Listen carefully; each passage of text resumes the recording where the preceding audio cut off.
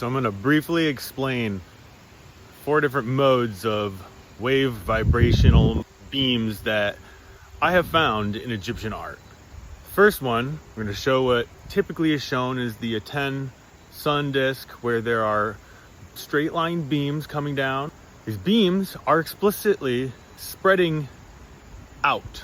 They are dispersing, like what would normally be seen in a electromagnetic wave dispersion. There's a 1/r² dispersion.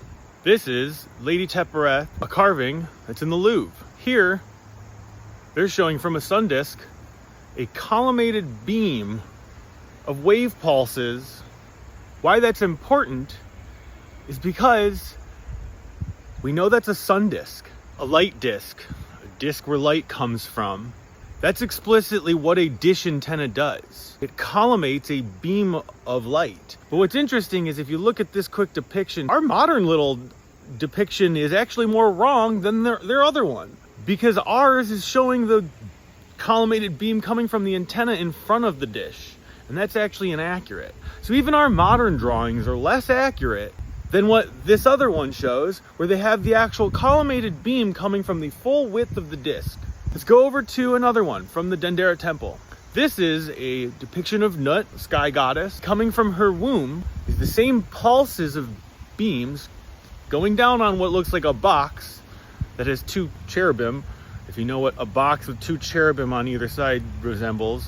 There's wave pulses coming down from the sky, from Nut's womb. Nut is supposed to be the Milky Way galaxy. So Nut's womb would essentially be the supermassive black hole at the center of the galaxy. And there are wave pulses coming from it. And those wave pulses aren't collimated either. They're spreading out, just like the Aten beams. And now lastly, I'm going to show you the Dendera light bulb, or the bulb. What is quite literally a depiction of a electron vacuum tube. It projects streams of electrons. Electrons are matter waves. They have a wave-particle duality. A snake is a brilliant depiction of a matter wave. It's a wave, but it's also a particle.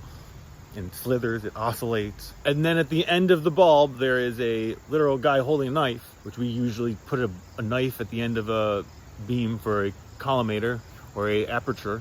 Matter waves, pulses of light from the sun and sun disks in the womb of Nut, a literal sun disk with a collimated beam of them. These are not coincidences or metaphors. These are literal depictions of electromagnetic wave pulses coming from a sun and sun disk, where one of them is up in the sky. One of them is on the head of a statue. So let me get this straight. We have many depictions of ancient Egyptian art and carvings showing pulses of beams coming from sun disks, literal rays and beams coming from Aten, the sun god, pulses of waves coming from the goddess Nut's womb. She's the Milky Way. If the Milky Way had a womb, it'd be the supermassive black hole in the center of it.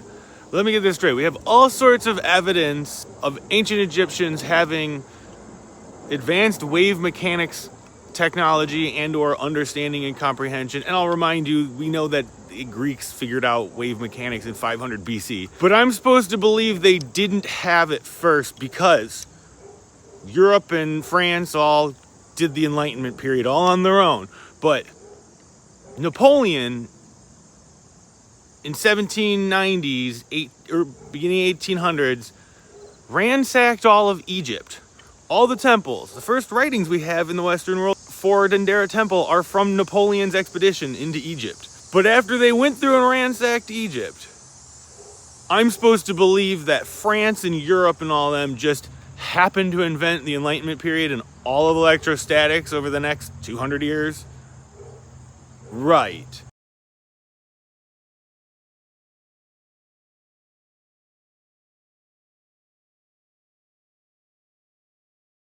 If literal depictions left by the ancient Egyptians showing them having pulses of beams or wave pulses in a collimated beam coming out of what looks like a parabolic dish aimed at a human being,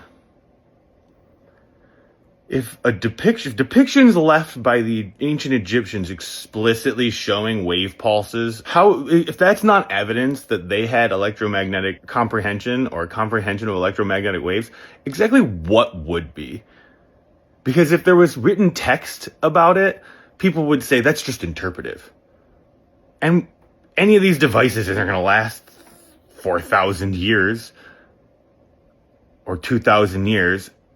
So if literal depictions of this technology by ancient Egyptians isn't evidence, what exactly would be?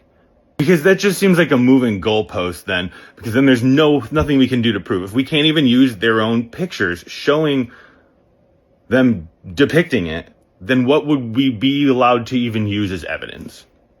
So you tell me, is it really unreasonable to think that the ancient Egyptians understood electromagnetic radiation?